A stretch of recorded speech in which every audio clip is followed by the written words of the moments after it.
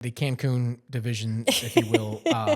Sacramento, to me, is just spinning its wheels. I don't know what I agree. they're doing. Like, they're just reconstituting the Bulls from 2 years ago with Levine and DeRozan. Because that went so well. Like, DeMontis Sabonis. Like, that's a team. It's got new management there. I hope new management looks at that group and be like, we're not going anywhere. Let's just see what we can get for Levine in a trade, see what we can get for DeRozan in a trade, maybe even see what we can get for Sabonis in a trade, and just that team needs to be nuked. That team needs to be just blown up. Totally agree. Yeah. Are the Blazers for you year away? Interesting at all?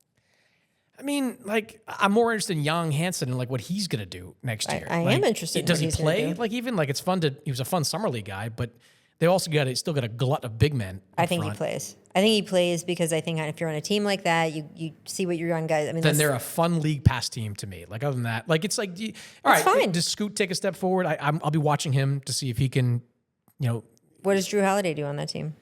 I mean, he's a locker. Drew still has plenty left, but he's never been good enough to carry a team. Right. Like, and it's never been his role. Like, he's been the guy to be the missing piece in Milwaukee, the guy that was the missing piece in Boston.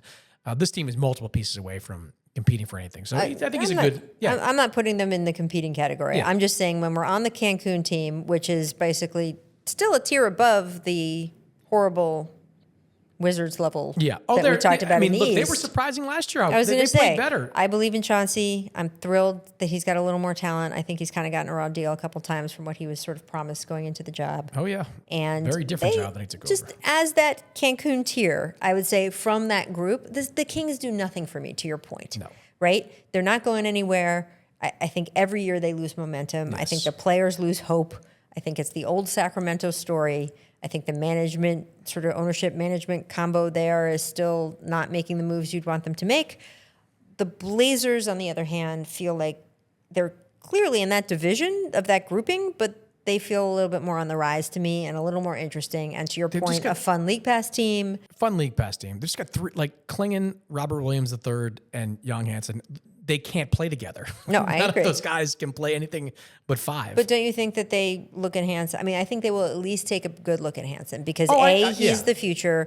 B, they obviously believed in him to draft him much higher than anyone else would have. They may have been right. And also, don't sleep on the fact that if you are a fun league pass team and you know you're not winning anything, do you play the guy who is going to put a foothold of your fan base in China? Yes.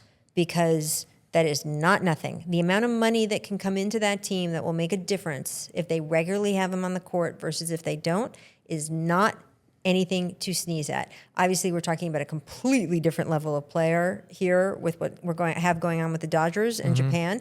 But I have several friends who've been in Tokyo in the last couple months, and each person has said, you cannot walk down the street a block without seeing Dodgers gear. Just a block. You can't go a block without seeing someone in a Dodgers hat or Dodgers t-shirt or anything like that. The Rockets are still dining off of Yao's tendency there and the popularity they have in China. They are still one of the most popular teams in China. The players from that era, I mean, Yao obviously lives there and is a director in the Chinese basketball program. Tracy McGrady, man, he makes a ton of money still in China by going back over there and the popularity that team has there. If they can establish a fan base foothold in China, it will change some of the finances of what that team can do. And that is why I expect to see him on the court quite a bit. Again, basketball-wise, just to see what they've got with him, and they are bullish on him. But also, I think that it is a savvy move. If you're not sacrificing they're not sacrificing a championship by playing him. I mean, they gassed him out in Summer League because so many Chinese media came to Vegas to watch him. So, yeah, I think that given the state of this team, the conference that they're in, developing him trial by fire, I think makes a lot of sense. The last team I'll throw at you is New Orleans. And I throw them out there because when you got Zion, you're expected to have expectations. And I don't love the deals they made this offseason. Like, I don't... They go to Washington and pluck two players off the Wizards. Granted, Sadiq Bey didn't play last year, but Jordan Poole's one of the most polarizing guys in the entire NBA. They get Looney, but they're not getting the Looney from like 5 years ago. They're getting a much more diminished version of him. Maybe he can produce. Maybe he's the guy they want next to Zion Williamson. Yeah, but all of these things you're saying don't matter until you have the Zion Williamson piece because they have had better players than who you're talking about around Zion. and it hasn't mattered. Yeah. So I am a little bit, don't know what to do with the Pelicans because there's a little bit, again, of, fool me once, fool me twice. When he plays, man, he is still just unanswerable in so many ways. And that's why they can't trade him. There's been all this talk, should they trade him? Should they start over? He's not going to have the trade value that you'd want for him, considering what he can do when he's healthy. And God forbid they deal him, and then he finally puts it all together somewhere else. Like, they will never hear the end of it internally or externally. I mean, I don't see them. Yeah, that's a tough. Right? You can't sell low on that guy. No. At some point, he's going to put it all together. Yeah. Like, I don't know if it happens. Is it this year? I can't. Individually, maybe. I'm just more looking at this team as a potential contender, and I just don't see it. Like, I like some of the guys. Like, we're not in the contender conversation I mean, anymore. like, we're in the. Are they going to make the playoffs and be in the first round? They're in that Sacramento tier for me. Like, they're in that back half mix, and I love Yves Messi, or Messi, sorry, Herb Jones. Excellent 3-and-D guy. Trey Murphy, excellent 3-and-D guy. I just might have the Kings further back than you do.